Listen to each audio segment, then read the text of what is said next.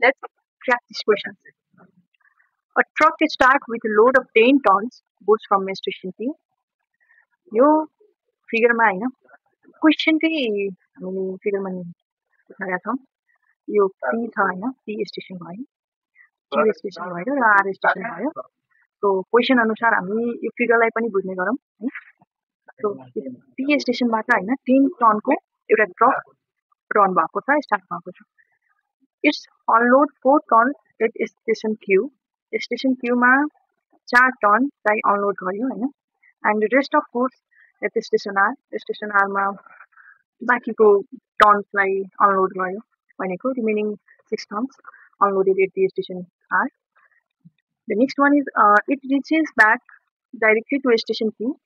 after getting reloaded with 8 tons of goods station R. Station R बाट हैन फेरि truck फिर्ता आउँदाखेरि उसले रिलोड गरेको छ 8 टन भनेको रिटर्निङ आउँदाखेरि हैन R बाट डाइरेक्टली P आउँदाखेरि उसले 8 टन दिएर आएको हैन अब the turn the distance between P to Q हेरौँ न P to Q को बिचमा कति डिस्टेन्स छ भन्दाखेरि 40 kilometre that is 40 kilometre and Q र I को बिचको डिस्टेन्स भनेको 16 किलोमिटर एन्ड देन R देखि P को बिचको डिस्टेन्स भनेको 80 किलोमिटर हो 18 किलोमिटर क्वेशन के भनेको छ कम्प्युट absolute turn kilometre and commercial turn kilometre अब यो टर्न किलोमिटर भनेको दुईवटा युनिटको मल्टिप्लिकेसन गरेर एउटा युनिट निस्किन्छ त्यसलाई हामी लाइक अ कम्बाइन युनिट भन्छौँ यही हो हामीले किलोमिटर र टनको मल्टिप्लिकेसनलाई जुन एउटा युनिट निस्किन्छ त्यसलाई हामी टर्न किलोमिटर भन्छौँ अब एब्सोल्युट टर्न किलोमिटर कसरी निकाल्ने र कमर्शियल टर्न किलोमिटर कसरी निकाल्ने भनेर क्वेशन छ सो एब्सोल्युट टर्न किलोमिटर निकाल्दाखेरि हामीले रेस्पेक्टिभ टर्न कति ट्राभल गर्यो हैन त्यो रेस्पेक्टिभ किलोमिटरसँग मल्टिप्लाई गरेर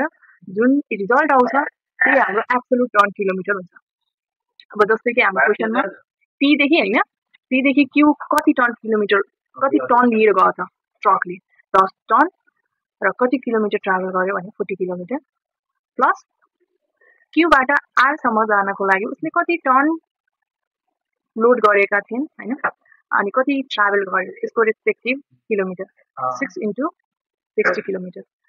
प्लस रिटर्निङमा आउँदाखेरि R बाट P मा आउँदाखेरि उसले कति टन लिएर आयो र कति किलोमिटर ट्राभल गरेर आयो 8 टन into 80 किलोमिटर सो यी सबैको सम नै हाम्रो absolute ton kilometre next one is commercial ton kilometre commercial ton किलोमिटरमा हामीले एभरेज लोड निकाल्छौं र टोटल डिस्टेन्स ट्राभललाई मल्टिप्लाई गर्छौं अब एभरेज लोड निकाल्नको लागि हामीले कति लोड हामीले कति डेस्टिनेसन सम्म हैन स्टेसन सम्म हामीले लोड गर्यौं लग्यौं त अब P देखि Q सम्म 10 टन फेरि Q देखि R सम्म 6 ton and R to P देखि लिएर हामीले 8 टन यी तीनैको एभरेज हामीले निकाल्यौं अनि एभरेज निकालेपछि टोटल डिस्टेन्स ट्राभल कति गर्यो त त्यो सबैलाई हामी सम गर्यौं 40 + 60 + 80 त्यो सबैलाई सम गरेर जुन आउँछ त्यसलाई हामीले अब एभरेजलाई हामीले त्यो समलाई मल्टिप्लाई गरेर मल्टिप्लिकेसन हाल्नु हैन अनि त्यसपछि इक्वल टु अनि कति आउँछ भने 450 सरी 1400 टन